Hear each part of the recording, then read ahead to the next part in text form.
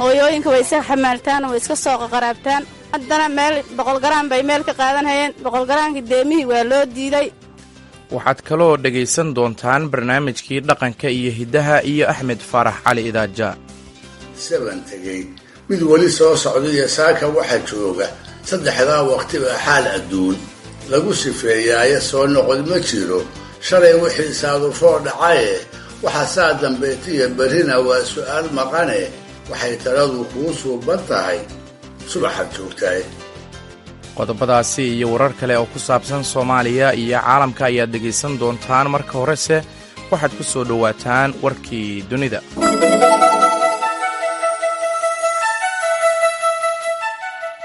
guddiga doorashooyinka qaran ee Ethiopia ayaa sheegay inay diyaar u yihiin doorashada maalinta berri ah dalkaasi ka dhacaysa, waxaanay ballan qaadeen inay noqon doonto mid lagu kalsoonaan karo. aad ayaan kalsooni ugu qabnaa ayay afhayeenka guddiga doorashada qaran Soliana Shimeles u sheegtay wakaaladda wararka AFP. laakiin niyad samidaasi ayaan ahayn mid ay qabaan dhammaan dadka, iyadoo shaki badan uu ku gadaaman yahay codbixinta uu ra'iisul wasaare Abiy Ahmed ballan qaaday in ay noqon doonto mid si furan loogu tartamo oo aan weligeed ka dhicin dalkan labaad ee ugu dadka badan qaaradda Afrika. codayntan ayaan berri oo ah 22 Juun waxa aysan ka dhici doonin 5 meelood meel ka mid ah 547 deegaan doorasho ee waddankaasi sababo la xiriira xasilooni darro iyo dhibaatooyin xagga saadka ah. degmooyinkaasi ayay u badan tahay in doorashadu ay ka dhacdo bisha Sebtembar, laakiin waxaan weli la shaacin goorta la qabanayo doorashada ka dhacaysa gobolka dagaaladu ragaadiyeen ee Tigray oo ku nool yihiin ilaa 6 milyan oo qof. deegaanada qaar ee doorashadu ay beri ka dhacayso mucaaradka ayaa qaadacay taasi oo wiiqaysa doorashadu inay noqoto mid loo dhan yahay oo si weynna loogu baratamo. kooxda Taliban ayaa hadda maanta ah sheegtay inay ka go'an tahay inay sii wado wadaxaajoodka nabadeed, laakiin waxay ku adkaysanaysaa in nidaam islaami ah oo dhab ah uu ka hirgalo Afghanistan uu yahay wadada keli ah ee lagu soo afjari karo colaadda laguna xaqiijin karo dhowrista xuquuqda aadanaha oo ay ku jirto tan dumarka. wadahadalka Taliban iyo dowladda Afghanistan ayaa muddo bilooyin ah hakaday, iyadoo rabshaduhuna ay ku baahayeen dalka tan iyo bishii May oo uu Maraykanku bilaabay inuu si dhammaystiran dalkaasi ciidamadiisa uga soo saaro. waxaa sii xoogaysanaya cabsida ah in haddii Taliban ay xukunka ku soo laabato ay dib u soo rogi doonto xukunno qallafsan oo ay ku jirto in gabdhaha laga mamnuuco inay aadaan iskuullada. inkastoo rabshaduhu sii xoogaysteen, haddana ku-xigeenka madaxa Taliban Mulla Cabdulqani Baradar ayaa sheegay in kooxda ay ka go'an tahay inay sii wado wadaxaajoodiyada nabadeed. wakiillo ka kala socda Iiraan iyo quwadaha caalamka ayaa maanta oo Axad ah waxa ay hakin doonaan wadaxaajoodka lagu doonayay in lagu soo nooleeyo heshiiskii nukliyeerka ee 2015, waxayna wakiiladu dib wada tashi ugu soo samayn doonaan meelaha la isku khilaafsan yahay. sidaasina waxaa sheegay madaxa ergada reer Iiraan ee wadahadalka ka socda magaalada Vienna. waxaan qarka u saarannahay heshiis, laakiin waxaa jira farqi, ayuu Cabbaas Araaqji u sheegay TV-ga dowladda Iiraan, isagoo intaa raaciyey in caawa ay ku laaban doonaan Tehraan. ma cadda xilliga dib loo ambaqaadi doono wadaxaajoodka. doorashadii madaxtinimada ee Jimcihii ka dhacday Iiraan ayaa waxaa ku guulaystay wadaadka mayalka adag Ibraahim Ra'iisi, kaasi oo xilka la wareegi doona bisha Agost, isaga oo bedeli doona hogaamiyaha qunyar socodka ah Xasan Ruuxaani. laakiin tani ayaysan u badnayn inay wax weyn ka bedeli karto dadaalada Iiraan iyo hogaamiyaha ruuxiga Ayatullaahi Cali Khamenei oo leh go'aanada ugu dambeeya ee masiiriga ee ay Iiraan ku doonayso inay ku laabato heshiiskii nukliyeerka, islamarkaana meesha looga saaro cunuqabateennada adag ee uu Maraykanku saaray. ugu dambaynna milkiilayaasha markab weyn oo konteenar oo bishii Maarso xanibay kanaalka Suways ayaa Axadda maanta ah soo bandhigay cadad maaliyadeed si loo xaliyo muran magdhow oo kala dhexeeya maamulka kanaalka. sidaasina waxaa xaqiijiyey qareen u hadlay maamulka Suways. hay-adda maamusha kanaalka Suways ayaa markii hore dalbatay lacag dhan 916 milyan oo doolarka Maraykanka oo magdhow ah, taasi oo lagu bixinayo dadaaladii badbaadinta dhaawaca sumcadda iyo dakhligii lumay, laakiin markii dambe ay lacagtaasi hoos u dhigtay oo gaartay ilaa 550 milyan. milkiilaha reer Jabaan ee markabka Ever Given Shu Kisen ayaa dood ka keenay sheegashadaasi iyo xayiraadda markabka oo ku xiran amar maxkamadeed. milkiilayaasha markabka ayaa hadda soo bandhigay cadad lacag ah oo ay bixinayaan ayuu yiri garyaqaanka hay-adda maamusho kanaalka Suweys Khaalid Abubakar, isagoo aan carabaabin inta ay lacagtu dhan tahay. laakiin milkiilayaasha ayaa horay u ballan qaaday lacag dhan $150 milyan oo dollar. markabka Ever Given ayaa isku qataaray labada dacal ee kanaalka ilaa bishii Maars 29keedii halkaasi laga riixay. waxaana waxa yaray dhaqdhaqaaqyadii kanaalka muddo 6 maalmood ah, isagoo joojiyey boqolaal maraakiib ah, islamarkaasina carqaladeeyey badeecadaha dunida.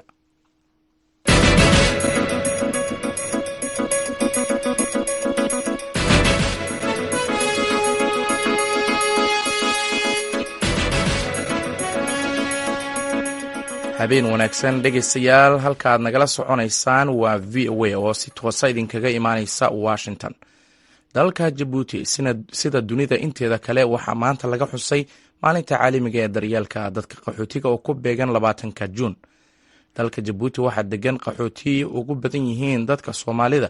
iyagoo beryahan dambana ay soo gaareen qaxootiyo ka soo barakacay gobolka Tigray ee Itoobiya.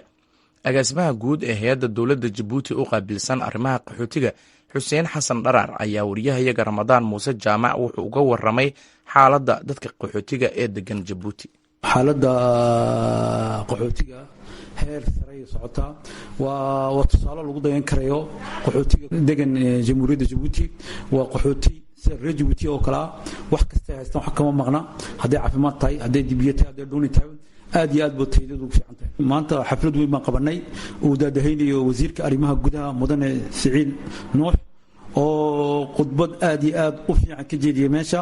iyo qaxootigii oo maanta cabiray waxay fikrad lahaayeen. waa maanta waayaan loogu talagalay inay dadka qaxootiga fikradahooda cabiraan, lagu sheegayo wixii hawl la soo qabtay. saa ogtiinba madaxweynaha Ismaaciil Cumar Geele hawl weyn buu qabtay qaxootiga markuu tagay New York. uu kolba ayaanta kasii dambaysaba xeer fiican baa u soo baxa, dadku aad iyo aad bay ugu farxaan, waxay iska dhigaan dad si reer Jabuuti oo kale si fiican bay ula dhaqmaan dadka reer Jabuuti. anaguna haddaan nahay hay'adii onaqsiga ahayd markastaba waan soo dhaweynaa wixii yimaado dhan. saa ogtay Jabuuti hareerahaygo dhan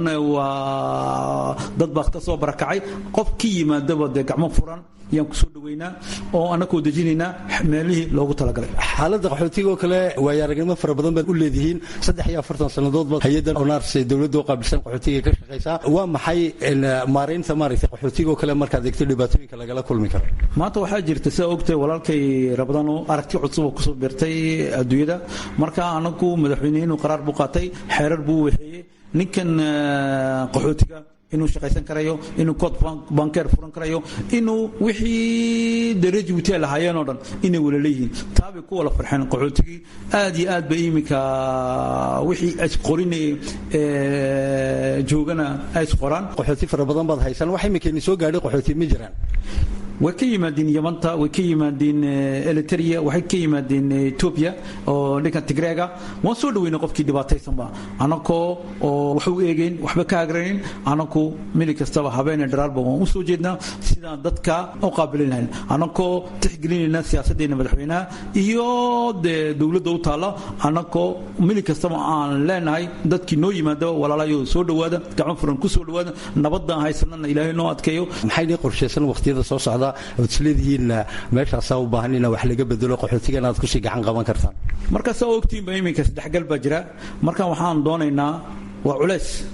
dowladda ku imanaya. marka hay'adihii wax bixinayay inay garab galaan, hadday tahay wasaaradda tacliinta, hadday wasaaradda biyaha tahay, wasaaradaha maadaama dadkii iminka saddex galaya ee dowladda la wareegi doonto qaxootigu sidee culays weyn ugu yiman. marka waxaan weydiisanay hay'adaha deeq-bixiyaasha inay garab joogsadaan, mili kastaba dowladda ay garab galaan. xaggii dadka taariifka maxaad nagu soo kordhin kartaa? dadku mili kasta way qulqulaan, xaggan waxay socdaan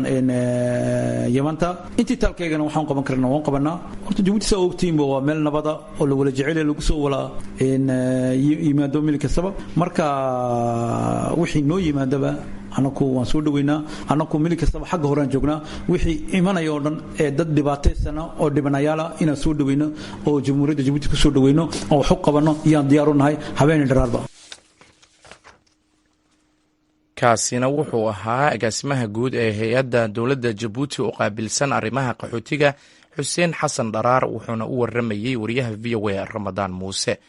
weli wararkaasi ayaynu ku jirnaaye meelaha kale ee maanta laga xusay maalinta qaxootiga dunida waxaa ka mid a magaalada nairobi. munaasabad lagu qabtay halkaasi waxaa warbixintan nooga soo dirtay intisaar saalax xuseen. cabdulaahi mire oo ah aasaasaha refugee youth education hub ayaa waxa uu faahfaahin ka bixiyey halkudhiga sanadkan ee maalinta qaxootiga caalamka. maanta waxaan inta u joognaa ka qaybgalka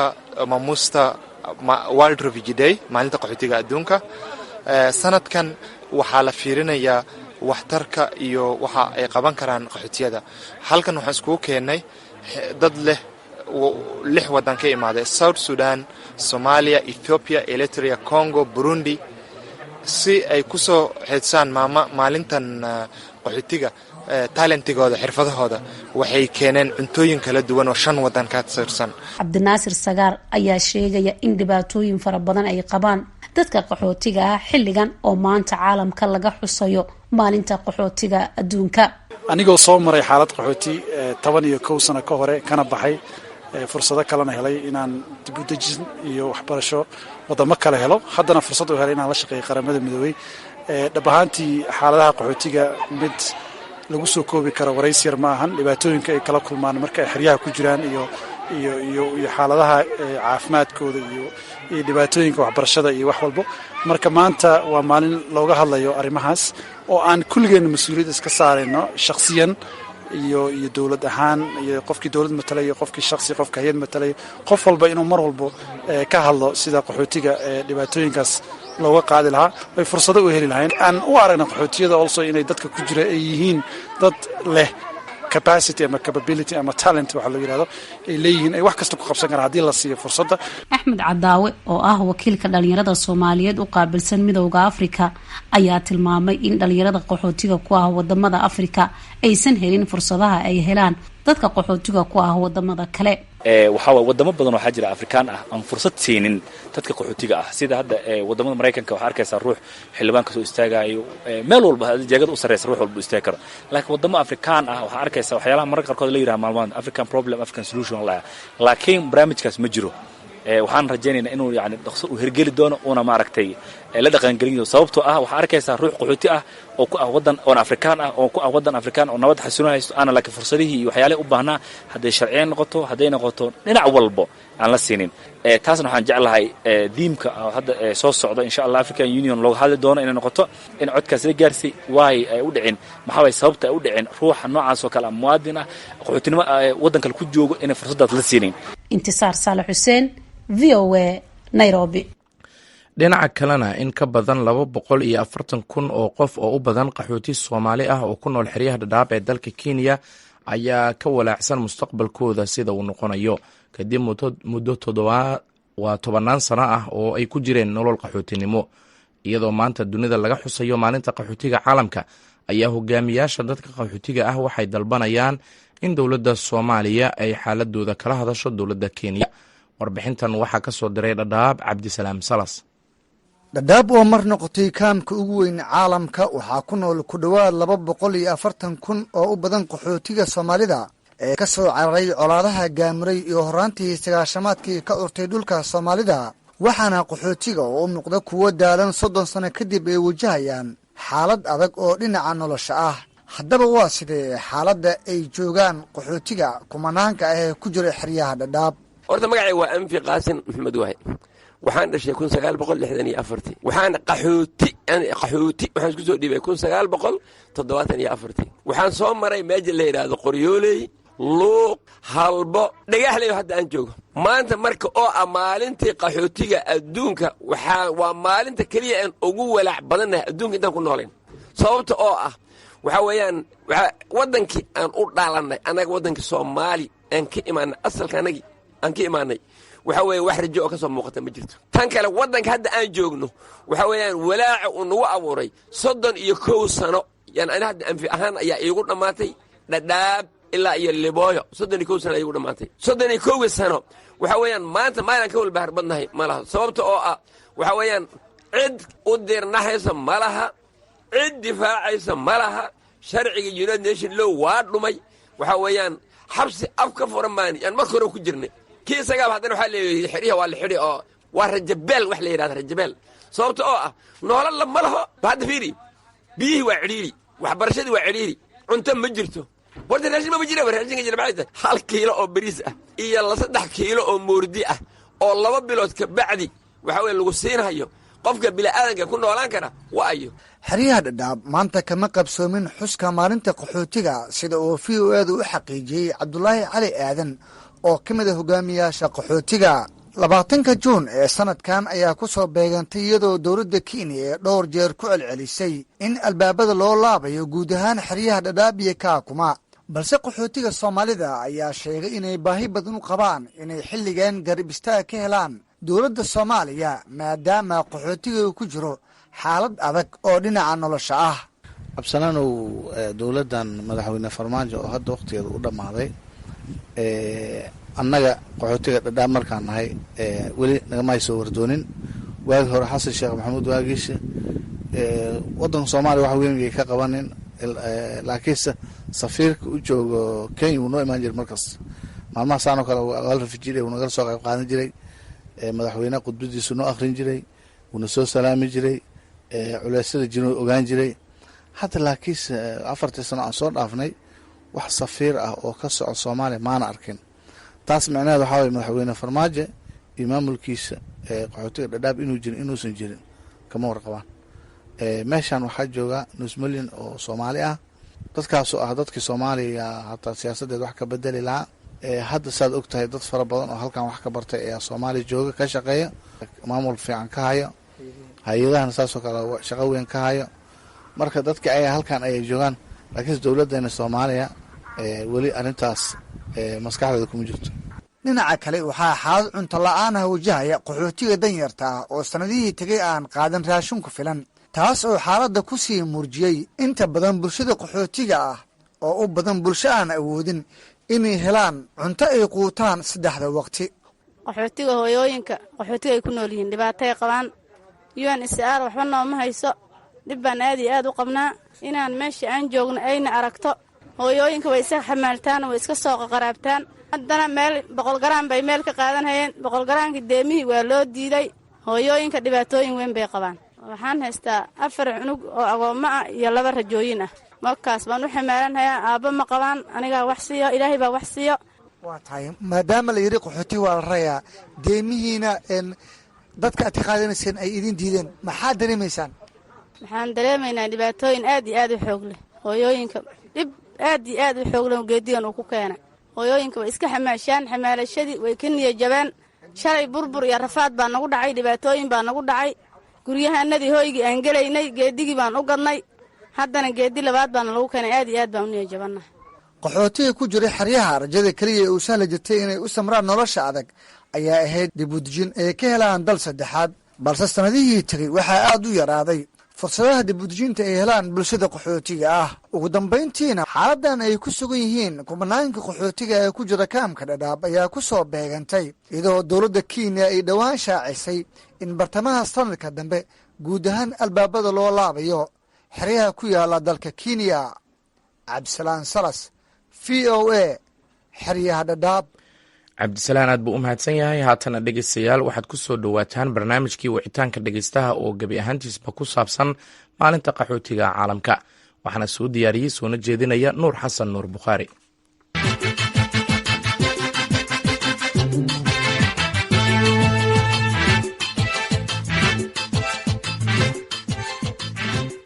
kulanti wanaagsan dhegaystayaal kusoo dhowaada barnaamijka wicitaanka dhegaystaha sanad walba maanta oo kale 20 bisha Juun waxaa dunida lagu xusaa maalinta caalamiga ah ee qaxootiga siday sheegtay laanta qaramada midoobay ugu qaabilsan qaxootiga ee loo soo gaabiyo UNHCR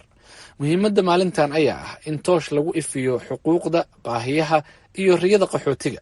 sidoo kale maalintan ayaa ka caawisa qaxootiga in indhaha caalamka ay soo eegaan dadka ka cararaya colaadaha iyo cadaadiska salka ku haya nacaybka ku salaysan diinta siyaasadda isirka midabka iyo wixii la mid ah 100 kun oo Soomaali ah ayaa hadda qaxooti ku ah dalal ku yaala caalamka oo u badan Afrika iyo Aasiya haddaba gebi ahaanba barnaamijkeena wicitaanka dhegaystaha ee toddobaadkan waxaan diiradda ku saari doonaa arrimaha qaxootiga innaga oo fursad ay dhibaatadooda iyo riyooyinkooga mustaqbalka kaga hadlaan siin doono dhegaystayaasheenna ku jira xeryaha qaxootiga ee meelo ka mid ah caalamka dhegeystaha ugu horeeya ayaan jeclahay inaan ku bilaabo. walaal soo dhawow, xaggee nagala soo xidhiidhaysaa? magacaygu waa cali macalin aadan, waxaan ku suganahay xerooyinka dhadhaab qaxootiga dhagaxley khaas ahaan. cali waa mahadsan tahay. bal marka hore noogaga sheekay xaaladaada iyo guud ahaan xerada dhagaxley ee aad hadda ku sugan tahay. shukran. xerada dhagaxley waa xero 1992 inaas aan soo galnay annagoo aada u yar, khaasatan aniga markaan iska hadlo. waa xero aan ku weynaado, ku waxbartay, ku guursaday, shaqooyin kala duwan macalinimo aan ku soo maray, heer classroom teacher, maamulnimo qaybta dibitiga iyo heer teacher ahaan oo primary ah. kadib noloshayda hore ayay usii socotay, waxaan la yimid isbedel ama fikrad oo ah in private khaas loo leeyahay aan furo, taasoo hadda alxamdulilah noloshayda meesha ugu fiicneed ay ku marayso. cali, marka hore hambalay ayaan ku leeyahay, maadaama adiga oo yar inta timid xeradaasi qaxootiga kadibna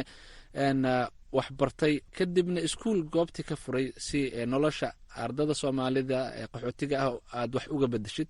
waa arrin ku dayasho mudan. marka maadaama aad tahay qof macalin ah, maantana ay tahay maalintii qaxootiga ee caalamiga ahayd, annaga oo fursaddan ka faa'iidaysanayna, bal waxbarashada xeryaha dhadhaab gaar ahaan ardada soomaalida, bal noo faahfaahay xaalkooda dhanka waxbarashada. mahadsanid. xeryaha qaxootiga dhadhaab khaasatan dhagaxley aan joogo, waxaan dareemayaa kuwa kale inay la mid yihiin. waxbarasho ahaan waagii hore ayay tayo badnayd, ay ka fiicnayd barashada maanta marka loo fiiriyo. waxaan sidaa u leeyahay, waagii hore ma jiri jirin wax tuushamo xitaa la barto.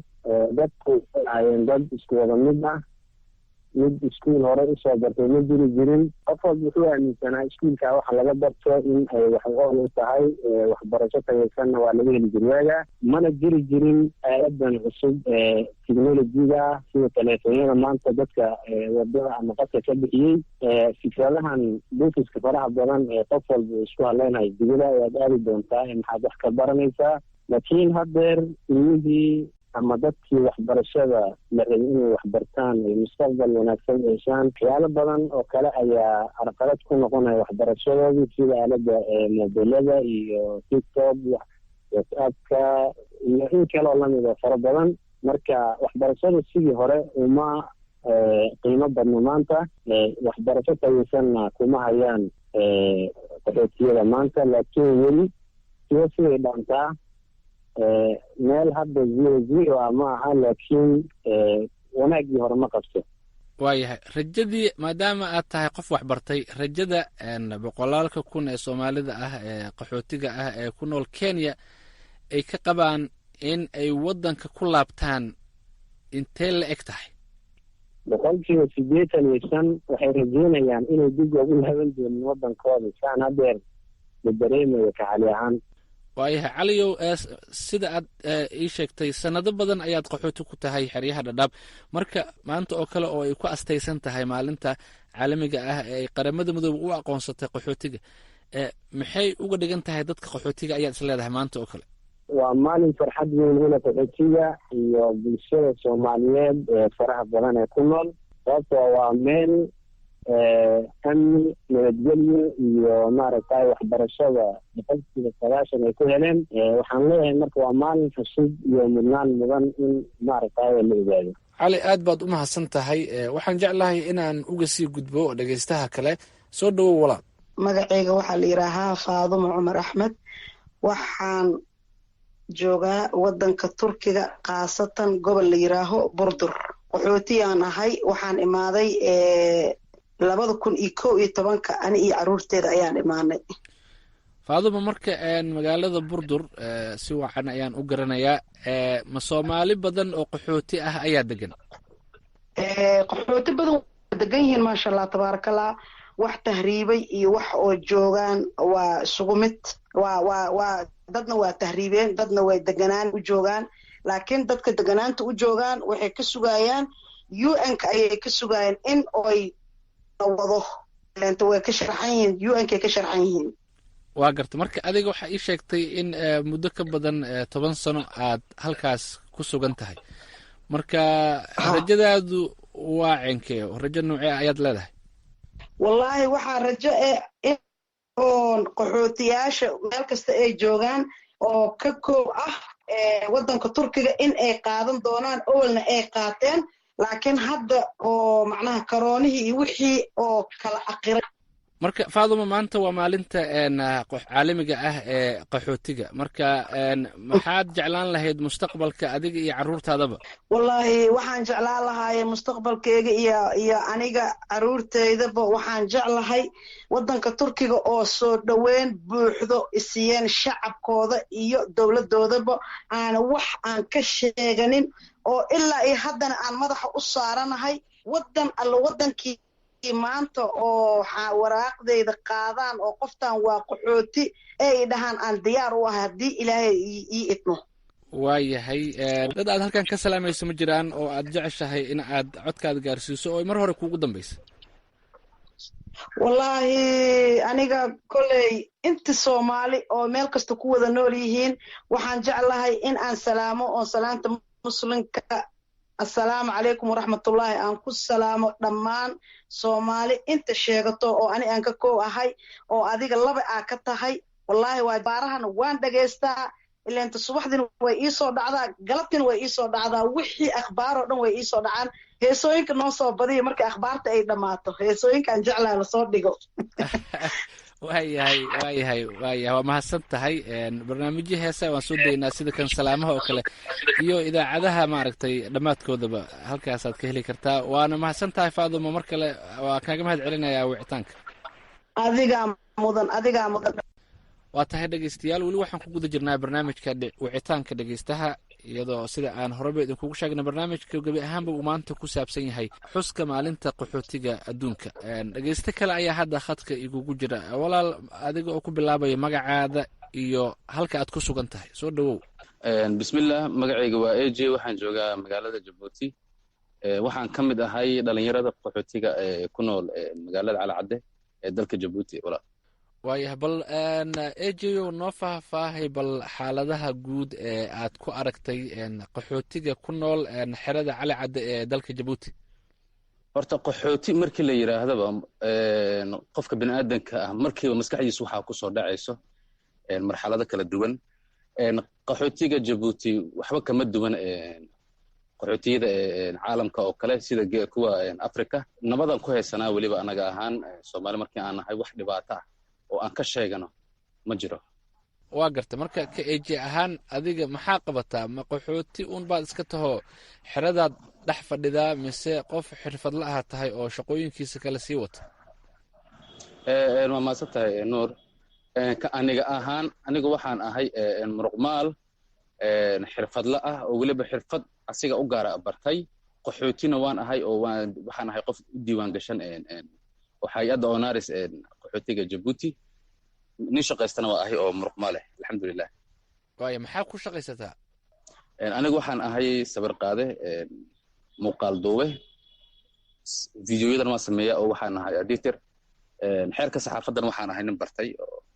wari ahaan maanta waan u shaqaysan karaa alxamdulillah waayahay mabruuq ayaan ku leeyahay EJ maadaama aad tahay qof saxafi ah oo sawirada iyo muuqaaladana duuba marka maadaama aad saxafi tahay oo aan isleeyahay xog badan ayuu hayaa bal noo faahfaahay xaaladda guud ee qaxootiga xerada Calacadde maadaama dhibaato badan ay dunida ka dhacday oo xanuunkii COVID-19 uu maaragtay isdhexgalkii adduunka uu aad u saameeyey COVID-19 dunida dowladihii ugu waaweynayay maaragtay ugu dhaqaalaha badneed ahaa kuwa ugu ooyinta iyo cawaadka badnaa dowladda Djibouti aad iyo aad ay ugu dhabar adeegtay tan qaxooti ahaan markii aan ka hadlo horta waan kala go'doonnay anaga iyo dadkii xerada deganaa oo waxaa joogsaday baabuurtii bixiisay xerada tegaysay iyo dadkii halka ka soo baxay magaalada imaanayay waxaa dhacday in laga soo lugeeyo xerada Calacadde ilaa iyo magaalada lug lagu soo galo oo dadka qaarkood ay soo socdeen 5 maalmood markay yimaadeen 7 maalmood ee sariir saarnaayeen dhulka dhaceen marka xaaladda corona virus oo u geystay dunida iyo tan anaga ahaan oo noo geystay ma ah mid hadal lagu soo koobi karo waayahay marka maadaama ay tahay maanta maalintii qaxootiga adduunka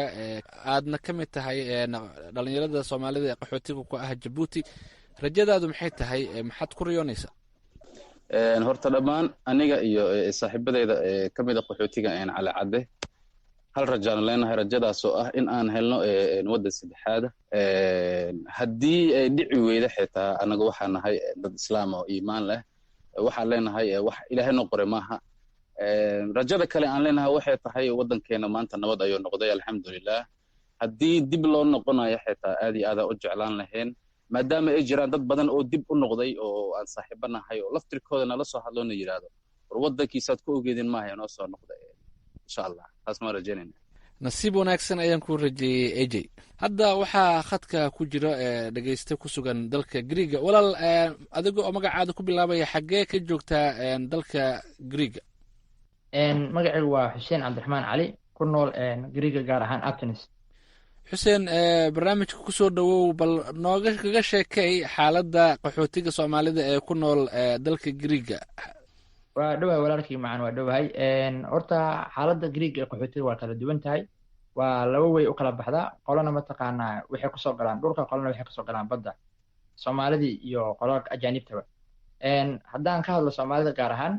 qolada kasoo gasha badda waxay maraan waddo sharciya maraan oo faraha laga dhigaa oo mataqaanaa kaamama la geeyaa oo UN-ta waxay siisaan cunto iyo meel ay saxdaan iyo hoy iyo wax walba ay siisaa. markaas kadib waxaa la siiyaa asylum card wax la yidhaahdo ee magaalada ku maraan oo sharci ah, oo ay ku sugtaan kaarka waddanka ay ku qaataan, ID-ga waddanka ay ku qaataan iyo passportka. marka after that markay qofku ID-giisa iyo passportkiisa qaato, UN-ta waxa waaye waxay leedahay maanta waa qof keligaana tahay magaalada gal, noloshaada maamulo mataqaana meel iska soo saar. waa garta. marka waxaan u fahmay dadka soomaalida ah marka ay Greega tagaan oo ay iska dhiibaan waddankaas qaxootinimo, ha noqoto qaramada midoobay ama tan waddanka Greega, ugu dambeyn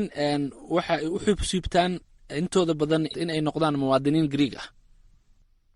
muwaadiniin Greeg noqonayaan. marka soomaalida badanaaba markay in sharci ka qaataan oo inta kumasiin yidhaahdaan waa ka tagaan Yurubta kale aadaan. meeshan dhaqaalo saas u badan oo mataqaan oo qofka oo ka heli kara ma jirto. waa gartay. marka sida dalalka kale qaarkood sida Turkiga oo kale ama dalalka carabta maaragtay intooda qaxootiga aqbala, ama Afrika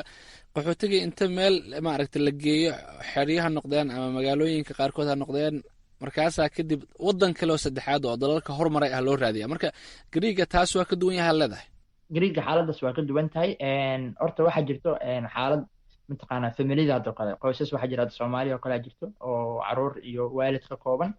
iyo caruurta yar oo meesha soo gala. waxaa jirto fursado kale ay haystaan oo aan sharcin inta ka qaataan ahayn oo Yurubta kale ay qaadanayso. Yurubta maanta waxay u baahan tahay waddamanka Yurub da'yar u baahan tahay, caruur yar waxay u baahan tahay family, laakiin dadka dhalinyarta oo mataqaanaa da'yar ka weyn oo aan family ka hayna si ay ku helaan fursadaas aad u adag. waa gartay. adiga goormee waddanka timid Greega? aniga waxaan imid 2019 bishii 10aad. waayahay. marka ma qaxooti ka diiwaan gashan xafiiska UNHCR-ta ee Greega ayaa tahay mise dowladda Greega? qaxooti waxaan ahay ka diiwaan gashan xafiiska UN-ta. waayahay. marka hadafkaadu muxuu yahay? xaggee aad jeceshahay inaad mustaqbalka ku noolaato, ma Greega mise dalal kaloo ka horumarsan? sida aan kuu sheegay, da'yarta meeshan fursado badan ay haystaan. caruurta markay inta kusoo galaan mataqaanaa tahriib, fursadaha waxay kala yihiin haddii qof ehelkaaga oo Yurub joogo oo mataqaanaa waddamanka Yurub ka mid ah uu joogo, waa ku dacwo karaa, dacwo kuu furi karaa oo la yidhaahdo family reunification, waxayna ka dhexaysaa waddamankan Yurub. fursado kale ay haysatid waxay tahay haddii meeshan wax family aysan ku joogin, mataqaanaa waxaad leedahay ani daayaraan ahay, waxaan u baahanahay relocation barnaamij la yidhaahdo waxa waaye oo sida daa aan kuu sheegay waddaman Yurub waxaa jirto oo dib u dejin la yidhahdo. relocation la yidhahdaa. haddiise wax ehel isku maqneen waa Yurubta kale ku qaadanayso, waddankii rabaa ku qaadanaya nasiibkaagaa sugay. aniga gaar ahaan waxaa ii furan family reunification wax la yidhaahdo oo waalidkayga aan waxay joogaan Ingiriiska. haddii ilaah yidhaahna xaggaasa mustaqbalka rajeyna inaan ku noolaado. waayahay. marka haddii aan usoo laabano dhanka Soomaalida, haddii aad qiyaastay ilaa iyo qaxooti intee la-eg ah oo Soomaali ah ku nool Greega? qaxootiga Greega ku nool horta hal jasiirad ama hal meel kuma wada noola. dadka waa kala duwan, meelo kala duwan ku nool yihiin. jasiiradaha Soomaalida ku nool yihiin, caasimadda ku nool yihiin. jasiiradaha sidoo kale waxaa jirta jasiirad la yidhahdo Kos. dadka ku nool oo Soomaalida qiyaas ahaan waxay noqonaysaa adiga 500 oo qofood marka ugu badneed ay gaarto. waxaa ku xigta jasiiradda soomaalida ay ugu badan tahay waxa waaye kios aa la yidhahdaa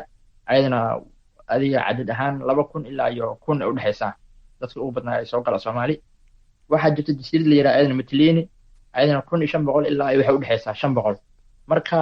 dadka hal meel kuma wada noola qoloba meel ku nooshahay oo dhowrti qofkii meesha loo xisaabin oo ku nool yahay oo qaxootina qiya aad baad u mahadsan tahay saaxiib waxaan kuu rajaynayaa in riyooyinkaada ay kuu rimoobaan haatanna bal aan fursad siino qaar ka mid ah qaxootiga soomaaliyeed ee ku nool xeryaha dhadhaab ee dalka Kenya waxay u warameen wariyaha VOA-da ee dhadhaab Axmed Nuur Maxamed Cabdulaahi Yogol السلام عليكم وأنا كسو هذا حرادة إفو ومجيد وحالي هذا محمد علي وحان جو حرادة قحوتيجا إفو قاسهان وحدان كهالله حاجة وما أرتاي معلوشة قحوتيجا أدبو معلول وهايستا وراشين ما هيستو راشين قمنا هذا ومعنا ما هيستو باقي هرو حالسين جري شن يتوم بركب بعد حالسين جري راشين كوالا جوست وحلاقة دقة بيل هذا أوسي درين لو بلاد بلاقة دقة راشين مسيان قحوتيجا هذا وحالسي ووحير دت كيني أيجا سكود حنورو واحد هايستان مجرتني والبجاري kiis iska wata waa dad masaakiin ah waxa ma haystaan isbitaalka dad aadgiis oo ma artay maanta bal isbitaalkii waa ma artay dadkii aan rabnaa inaan geysano oo daawaan la raadsanayna isbitaalkii daawo ma lahan daawadiisi waxay noqoto baani dhoolkii hadda waxa loo soo gado macnaha wax horta isbitaal hadda oo jiro oo macnaha caafimaad oo meesha ka jira male naagta dhiig bixis irbad lagu durayo malahan ilmihii oo wax baranay waxbarashadooda waxay noqoto lacag marka qaxootigan 30 sano joognaa annaga 30 sano aan joogno dawladda Soomaaliyeena wax ka hadlaya maana arag dawladda naga guureebna leeyihiin ayaga naga guurinale mid kale aan ka hadlay waxay tahay dadka oo qaxootiga degan 30 sano ay degan yihiin xagga repatriationka iyo xagga ma aragtay wadamada shisheeye oo macnaha markii qurbaa la yiraahdo wadamo shisheeye qurbaa ay sida USA UK Sweden waxyaalaha Ingiriiska waxyaalaha qaadan jiray wixii ma qaataan hadda dadkii waa iska masaakiin oo ma aragtay dhimashadan waa iska badato hadee nin wax siin kara hadda ma jirtaba hay'adii wax bixinayaba meesha qadka ka baxeen oo meel ay aadeen hadda ana waan garan magacayga waa Khadiija Xasan Cumar xeradan waxaan imid 1992 bishii afraad xeryaha Dhadhaab aan soo galay xeryahan barigii hore xaaladii ay ahaayeen ama ay ku sugneed aad bay u fiicneed dhinac walba qaxooti waa la danaynay raashinku wuu fiicnaa biyaha way fiicnaayeen dhinac walba way ka fiicnaayeen waxbarashada aad bay u sareysay aad baa loo fiicnaa marka muddo kadib qaxootigu wuu sii xumaaday biyihii waa dhibaato raashinkii waxaa moorday la bixiyaa raashin fiican lama bixiyo si loo socdo bishii horta waxaan qaadan jirnay raashinka 2 jeer baan qaadan jirnay bishii koodeeda haddana 15 bishii 2 jeer aan qaadan jiray in muddo ah hadda waxaan nala siyaa laan abaareed camal ayaan ku socnaa oo moorday aan nala siyaa bis wax yar saliidaas iyo saabuuntaas ay ka fiican tahay marka labadii biloodna hal mar raashin nala siyaa labadii biloodba hal mar baa raashin nala siyaa horaan bil walba 2 jeer aan qaadan jirnay waxa kaloo jira aan raba inaan ku sheego waxa waaye aniga Soomaaliya markaan joogay dawladda u shaqeyn jiray dawladda hoose qaas ahaan dawladda soo shaqeynay dawlad la'aanta dhibaatada ay leedahay wayna taabatay waan ognahay qaxootiga dhibaatada uu leeyahay waan aragnay marka runtii farq weyn baa u dhaxeeya qaxooti iyo qof wadankiisa ku nool isku mid ma aha nolosha sumcadda wax kastaba waxa isku mid ma aha qaxootinimada waxa laga dhaxlaa horta koow saarto meelaysa ma socon kartid meeshii lagu xayray xabsi kor ka fiidan baad gali dhaadhaabta anaga hadda ma gaari karno habeen ma barya karno gaaris waatana uu hadaan dhahno waa nala maqlay laakiin ma aadi karno waa amar la'aan ma socon kartid xeryaa dhaxdooda dhibaato naga haysta inaan isu marno xeryaa dhaxdooda hadda dhibaato nagu haysaa inaan isu haga dheer marka aad rabto waa kurkuraad ku aadi dhagaxley markaad aadayso cabsi baad ku aadi marka waa un xabsi kor ka fiidan ku jirnaa laakiin warigi aan wadankeena aan joogno dawladeena macaan aan haysanay xor baan in habeen waqti rabto oo socdaal uu kugu soo dhaco waa iska socon jirtay waxa dhibaato xoog leh baa qaxootiga ka jira run ahaantii waxaan filayaa dadka hadda Soomaali joogo waxba ma dareensana dareenba ma laha dareenka ka laakiin anaga dareenkeen wuu nool yahay inkastoo qaxooti aan 30 sano aan ku jirnay xere qaxooti aan xabsi kor ka fiican aan ku jirnay ayaad moodaa inaan ka dareen fiicnaa maxaa wadaninimo nagu jirto oo daltoobiya nagu jirto oo wax walba nagu jiro waxaan codsanaynaa inay ma dadkaas ay isu tanasulaan war madaxtinimada nin ku dhashay ma jirto nin iska lahaanayna ma jirto ninkan aad 4 sano joogay ka adan 4 sano iimaan ina isu tanasusiin oo anaga aan noo naxdiin oo umada badax ku dhamaanays meelaha lagu dilay xabsiyada ku ureen dhalinyaro iyo rag iyo haweenkii iyo caruurtii oo meelaha ku babaqtiyeen war unaha idin leh siyaasiyiin daatiin ilaahay ka baqa VOA fursadan ay siisay aad baan ugu mahad celinayaa waynu ku mahadsan yihiin iyagana hawsha sii wadaan leh khayr Allah siiyo bismillaah magacaygu waa cabdulaahi cismaan xaaji aadan waxaan ahay mid ka mid ah hogaamiyayaasha xerada qaxootiga ifo gaar ahaan ku-xigeenka gudoomiyaha guud ee xerada qaxootiga ifo haddii aan ka hadlo marxaladihii ay soo mareen dadka hadda ku sugan kaamkan dhadhaabeed gaar ahaan xerada qaxootiga ifo marxalado fara badan oo ma aragtay kala duwan baan soo marnay waxaan soo marnay xilli qaxootiga ma aragtay aad loo qiimaynayay daryeel badan la siinhayay dhaqaale lagu bixinhayay waqti xaadirkan hadda aan taagannahay qaxootigu wuxuu marhayaa ma aragtay meel aad u adag buu marhayaa waxaad moodaa hadda indhaha caalamka in laga sii jeediyey dhaqaale ahaan qaxootigu aad buu u liitaa hay-adihii ma aragtay ku shaqada lahaa way tabardareeyeen beesha caalamku dhaqaalihii way ka goosatay waqti xaadirkan waxaan dhihi karaa waxaa qaxootigu marhayaa meel aad u adag isbedelo xoog leh oo ma aragtay noloshaannada saamayn ku yeeshayna way nala soo darseen waad garan kartaan dhaqaale la'aantii baryahan dambe jirtay cuduradii ma aragtay soo kordhay ee coronaviruska uu ka mid yahay ma aragtay iyo iyadoo haba yaraatee waxyaabihii aas-aasiga ahaa ee bini'aadanku uu u baahnaa aanay hadda ka jirin kaamkan dhadhaabeed gaar ahaan xerada qaxootiga ifo yaa ma aragtay intaa iyo weliba in kale oo dheeri oonan hadda ma aragtay aanan faahfaahin ka bixin karin ayaa jirta anigu waxaan soo galay xerada qaxootiga ifo dii dad badan oo ma aragtay ila mid ah oo ilaa iyo hadda ku sugan baa jira dad badan oo ma aragtay fursad ilaahay siiyey oo ka baxay baa jira ma aragtay kaamkan dhadhaab gaar ahaan xerada qaxootiga ifo tusaale haddaan ku siiyo gabadhan hadda ma aragtay ka mida baarlamaanka maraykanka ee ilhaan cumar la yidhaah waxaan ku wada noolayn kaamkan dhadhaab baan ku wada noolayn xilligii iyadu qaxootiga dhadhaab ay joogtay anu qaxootigan dhadhaab baan ku sugnaa in badan oo hadda xilal ka haya dowladda maraykanka ooy u badan yihiin dowladaha hoose ayaa waxaan wada joognaa xerada qaxootiga ifo iyaga waxaa weeye ilaahay fadligii fursad baa alla siiyey annaguna hadda sidii baan u joognaa wakhti xaadirkan markaa dadka 31 sano joogay een anugu ka mid ahay noloshoodu aad bay hadda u dhib badan tahay waxaan ilaahay ka baryaynaa meel ka khayroon inuu alla noogu bedelo waxaa kaloon rabaa inaan sheego waxaa jira dad xeryahan qaxootiga ka guuray oo repatriation galay haddana Soomaaliya markay ku noolaan waayeen dib u soo noqday oo xeryaha qaxootiga kaamkan dhadhaabeed ku oo kaadh in la siiyo loo diiday waxaa kaloo jirta dowladda Kenya 4 sanaba marbay ma aragtay aad moodaa inay kacdoon samaynayso oo ay leedahay qaxootiga nalaga raro awal qaxootiga nalaga raro iyo canaha macquul abay dhihi jirtay hadda xeryihii waa in ma aragtay dadka ku nool ee Soomaalida ah waa in xeryihii la soo afjaray leedahay hadda meeshanna waxaa nagaga furan xagga dawladana waxaa nagaga furan waxaa weeyaan noocun argagaxo qaxootiga hal la iga raray iyo qaxootiga hal la guuri arintaasi way nagu badatay si aan yeelana waan garan laanahay wadankiina wadan lagu hagaagi karo maanta aan ku guuri karo ama aan aamini karo ma aha ilmaha wax noo baran hayay waxbarasho iyo ma aragtay biyo iyo caafimaad baanu meeshan ku haysan caafimaadka walow uu aad u liito waanu isku dhaxyaacnay marka meelaan u dhaqaaqna iyo meelaan ka dhaqaaqnaan garan laanahay xaaladannadu aad bay u cakiran tahay intaas ayaan dhagaystayaal toddobaadkan ku soo gabagabayn doonaa barnaamijka wicitaanka tan iyo kulanti dambe waxaan idinku dhaafayaa sidaa iyo nabadgelyo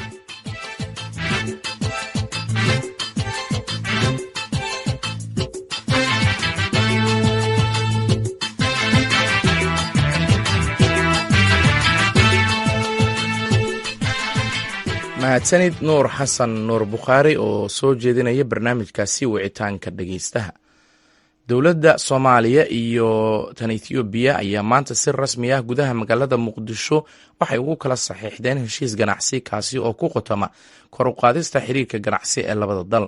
Warbixin arrintaasi ku saabsan waxaa Muqdisho ka soo diray wariyahayaga Xasan Kaafi Qoyste. munaasabad kooban oo ay goobjoog ka ahaayeen xubno ka socda labada dal iyo ganacsato Soomaaliyeed ayaa lagu qabtay garoonka diyaaradaha ee Muqdisho waxaana ugu horeyn ka hadlay wasiirka kalluumaysiga iyo kheyraadka badda Cabdulaahi Bidhaan Warsame oo tallaabadan ku macneeyay mid suuragelinaysa in suuq caalami ah loo helo kalluunka Soomaaliyeed. waa ogtihiin marxalado badan buu kalluunka soo maraa marxaladaha uu soo maray oo dhan waa in la ilaaliyo oo lagu ilaaliyo kalluun caafimaad qaba oo dhowran inuu inaga gudbo qabowgiisii leh systemkiisiile nidaamkiisiile ilaa marka laga dhoofinayo waxaan gaari doonaa in intan wax ka badan la qaado maanta bilow bay ahayd haddii hawshan ay sidan ku najaxdana waxaad arki doontaan waddamo badan oo kalluunkeenna u baahi qaba oo aaminsanaa inaan meel kale loo dhoofin karin ama nidaamka lagu dhoofiya aynaan lahayn inay inoo soo doontaan dhammaan waa idin wada salaamayaa waxaan mar kale salaamayaa wasiir duraan oo nagu soo dhoweeyey airboodka oo runtii hawshaan qayb weyn ka qaatay wasiirka gaadiidka iyo duurista hawada duraan axmed faarax oo madasha ka hadlay ayaa isaguna ganacsatada ku booriyey inay kaalin ka qaataan sidii ay ula tacaamuli lahaayeen dalalka gobolka ku yaala dadka soomaaliyeed oo halkan jooga ganacsatada inay waxyaabaha ay soo saaraan ama kalluun ahaata ama waxyaaba kala duwan ahaata inay bilaabato maanta oo lagu bilaabay kalluunkii in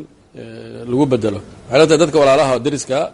waxaan rabnaa hadda inuu bilowdo waxisweydaarsi fara badan shacabku inuu isdhex galo ganacsiguna inuu isdhex galo markii ay dadku la rabo in ay wanaagooda iyo walaaltinimadooda iyo derisnimadooda in la arko waxaan rabnaa inay ayagu waxisweydaarsadaan waxaa laga yaabaa soomaaliya inay leedahay khayraad fara badan leedahay etoobiya khayraad kale ay leedahay marka labadaas khayraad in la isweydaarsado oo meel kasta meeshu ka jiro baahidu ay ka jirto in tii kale ay ka kofar garayn karto ama ay ka dabooli karto marka haddii ahaan lahayd maanta kalluun baa la bilaabay waxaan rabnaa khudaarta fara badan oo waddanku leeyahay oo soomaaliya khudaar fara badan oo wanaagsan bay leedahay in halkaas la geeyo hadday ahaan lahayd milixda hadday ahaan lahayd marka ganacsatada kalena inay ku daydaan oo tan ogaadaan dhinaca kale safiirka Itoobiya u fadhiya Soomaaliya Cabdifataax Cabdullaahi Xasan ayaa carabka ku dhuftay in xiriirka ganacsi ee labada dal uu soo kobcayay muddooyinkii ugu dambeeyay isagoo heshiiskana ku tilmaamay mid bilow ah intii maanta waxa weeyaan maalin weyn waa maalin taariikhi ah waa maalin ku suntanaan doonta xiriirka walaaltinimo ka dhaxeeya labada wadan ee Itoobiya iyo Soomaaliya sidaad dhammaantiin ka warqabtiin xilliyadii dambe waxaa marka dambaysa kobcayay xidhiirka ganacsi labada wadan Itoobiya iyo Soomaaliya iyadoo markaasi laga duulayo iskaashi ay sameynayaan ganacsatada waxaan maanta markii ugu horeysay taariikhda daahfurnay ganacsi waxyaabaha khayraadka badda ah taasoo runtii u ah tusaale in labada dal ay runtii aad iyo aad ay u xiiseynayaan in xidhiirka dhanka ganacsiga lasii xoojiyo lasii kobciyo waxaa hadda ka hor jiri jirtay in marka loo eego trade balansiga labada dal uuna isu dhigmaynin marka waxa weeyaan wixii hadda ka dambeeya waxay noqon doontaa bilow wanaagsan oo runtii mustaqbalka noqon doona geedi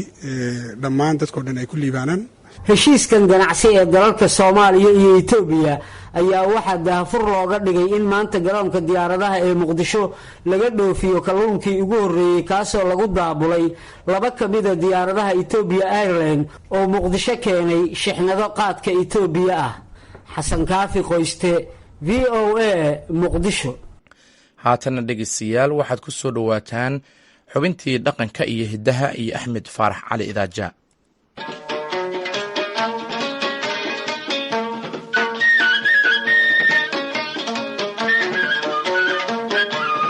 waa barnaamijkii dhaqanka iyo hidaha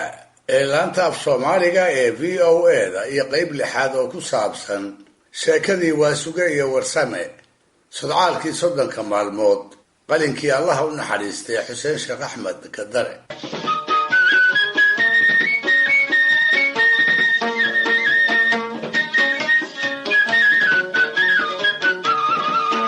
qaybtii shanaad ee sheekada sidaad ku maqasheen Waasuge oo ku maqnaa xadaradii Axmediyadu waatuu habeen goor dambe ku soo noqday gurigii wiilkiisa Muuse markaasna kala kulmay wuxuusan filayn waatuu indhaha ku dhuftay muuqaalo uu la yaabay dhalinyaro Soomaali iyo cadaan ah oo rag iyo dumarba leh afada Muuse oo iyaba cadaan ah ayaa casho iyo caways ku casuntay waatuu odaygii ashqaraaray markuu arkay iyaga oo laba isugu maran lana jaan qaadaya muusiga qabow ee cayaarta taangada u gaarka ah dabadeed waatuu duqwaasuga cayaartii iyo farxaddii ka kala dhantaalay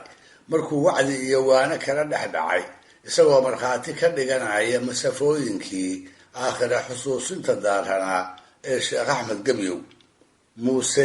ooridiisa Maariya dhalinyaradii la casumay iyo duqwaasuge waatii la kala seexday iyadoon la isu uurfayoobeyn subaxdiina la soo toosay iyadoo la isu wada cadhaysan yahay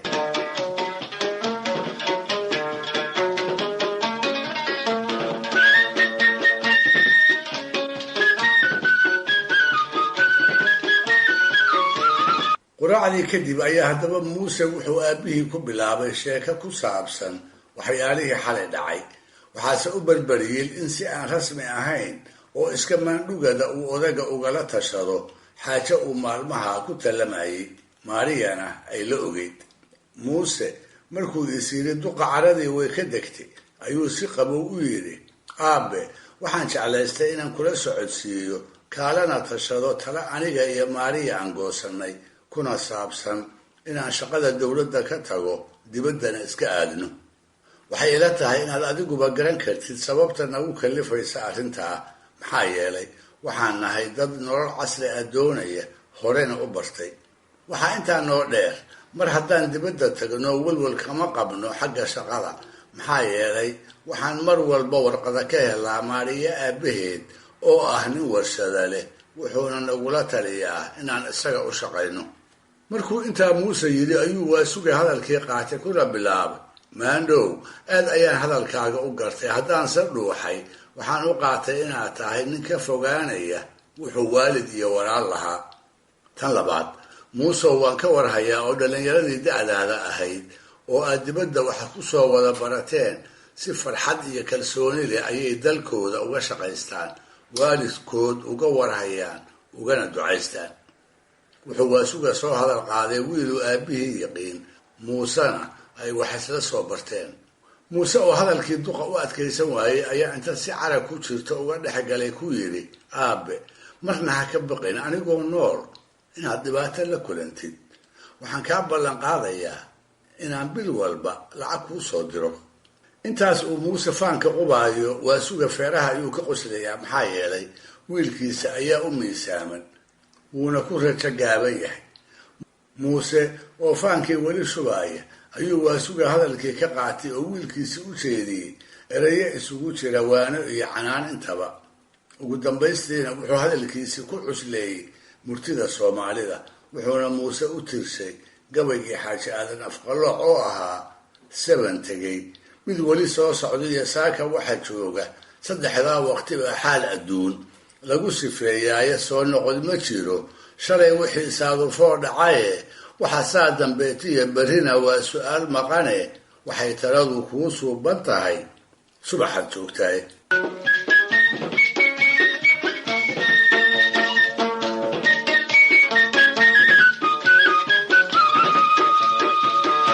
markuu wadahadalkii heerkaa gaadhay ayuu muuse iska dhigay nin waanadii qaatay, waasugana wuu ku farxay inkastoo uu shaki weyn ka qabay. markaasuu muuse 4 faataxa u maray, uguna duceeyey inuu dalkiisa ka shaqaysto, dadkiisa la noolaado, waalidkiina ka ducaysto. sidaas ayaana wadahadalkoodii subaxaa ku dhammaaday. 5 maalmood kadib ayuu waasuga goor subaxa wuxuu aaday suuqa xoolaha, isagoo dantiisu tahay inuu ka soo fiiriyo dad baadiye ka yimid oo uu reerihii ka waraysto. maalintaas ayayna waasuge iyo warsame si lama filaana suuqaas ugu kulmeen. waa isla maalintii dirir iyo warsame ay adhiga ka soo iibsanayeen.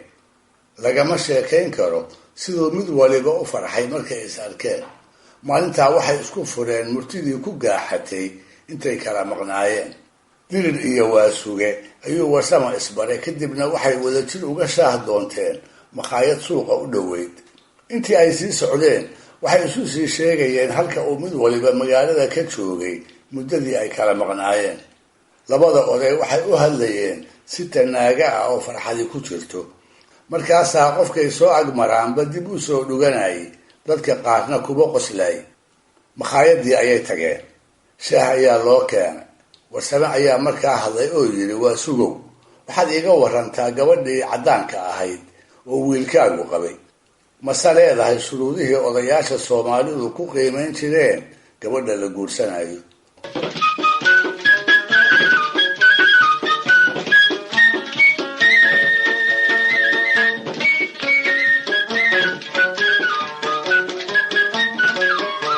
waasuge oo warsamo u jawaabaya ayaa inta shaahii ka baday oo koobkii dhigay ku yidhi, wallaahi warsamow haddii aan dembi iska dhowro, gabadhu waa qof aad u qurux iyo caqli badan, sida la sheegayna cilmiga gaalada aad u taqaan.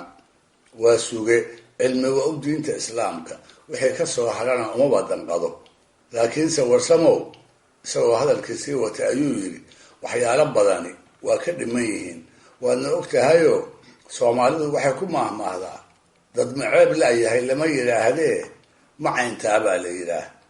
haddaba warsamow haddaan si tifaftiran kuugu warramo waxyaalaha gabadha ka maqan waxaan ka soo qaadi karaa bal mar waayo ma tukato, mar kale waayo ma taqaan sida bunsaruurka loo dubo. haddiise aan tixgeliyo heshiiska iyo kala dambaynta iyada iyo ninkeeda waxaanba is idhaahdaa kuwanu waa reer jannaadkii la sheegayey. sheekadii oo halkaa maraysa ayuu warsame mahmaah gaaban inta hadalkii ku tuurtay wuxuu yidhi, waa sugow sideedaba waxaa la yidhi isqadaris oo iskuma dagaalo. waa sugo oo halkiisii hadalka kasii watay ayaa yidhi, si kale kuma garatide marmar muuse ayaa cuntada kariya. markaasaan ku xusuustaa mahmaahdii ahayd rag waxaa u wanaagsan nin tolkii u nacas ah oo raganimadiisa aan ku tijaabin, shisheeyaha u nacab ah oo ay ka baqaan, reerkiisa u naag ah oo aan danihiisa iska weynaysiin.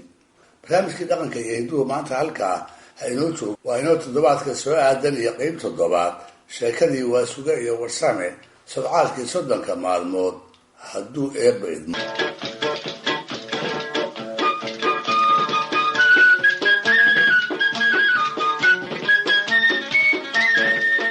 mahadsanid axmed faarax cali idaaja oo nala socodsiinayay barnaamijkaasi dhaqanka iyo hiddaha. halkaaad weli nagala socotaanna waa v o a oo idinkaga imaaneysa washington. haatana dhegeystayaal waxaad ku soo dhawaataan heestan ay ku luqayso fanaanada nimcadareen.